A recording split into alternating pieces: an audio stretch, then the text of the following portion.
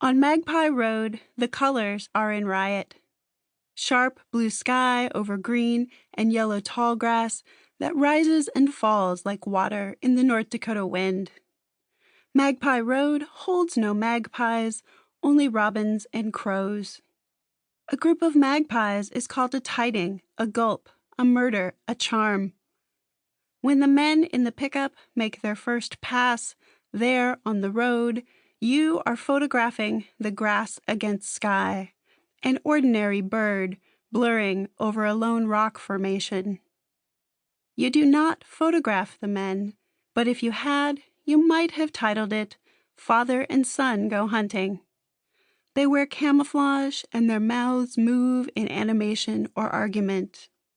They have their windows down, as you have left those in your own car down the road. It is warm for fall. It is grouse season and maybe partridge, but not yet waterfowl. Despite how partridge are in the lexicon vis-a-vis pear trees and holiday singing, the birds actually make their homes on the ground. You know which birds are in season because you are from Iowa, another rural place where guns and men and shooting seasons are part of the knowledge considered common.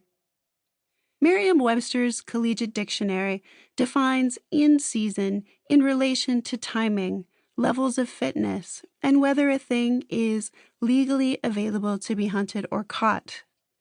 The first use of off-season comes in 1847. Definitions include 1.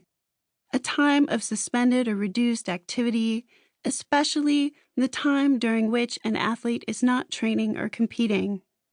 2. A period of time when travel to a particular place is less popular and prices are usually lower. 3. Sports. A period of time when official games, tournaments, etc. are not being played.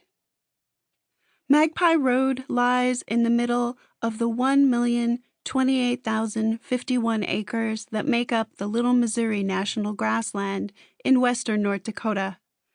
Magpie Road lies about 200 miles north and west of the Standing Rock Reservation, where thousands of Indigenous people and their allies have come together to protect the water, where sheriff's men and pipeline men and National Guardsmen have been donning their riot gear, where those men still wait, where they still hold tight to their riot gear.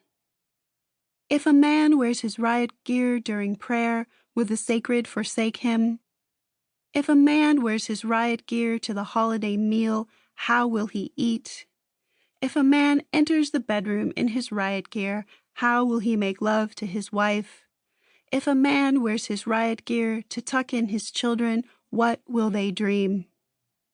Magpie Road is part of the Bakken, a shale formation lying deep under the birds, the men in the truck, you, this road. The shale has been forming over millions of years through pressure, through layers of sediment becoming silt. The silt becomes clay, which becomes shale. All of this is because of water. The Bakken is known as a marine shale, meaning once, here, instead of endless grass, there lay endless water. Men drill down into the shale using water and chemicals to perform the act we call hydraulic fracturing, or fracking.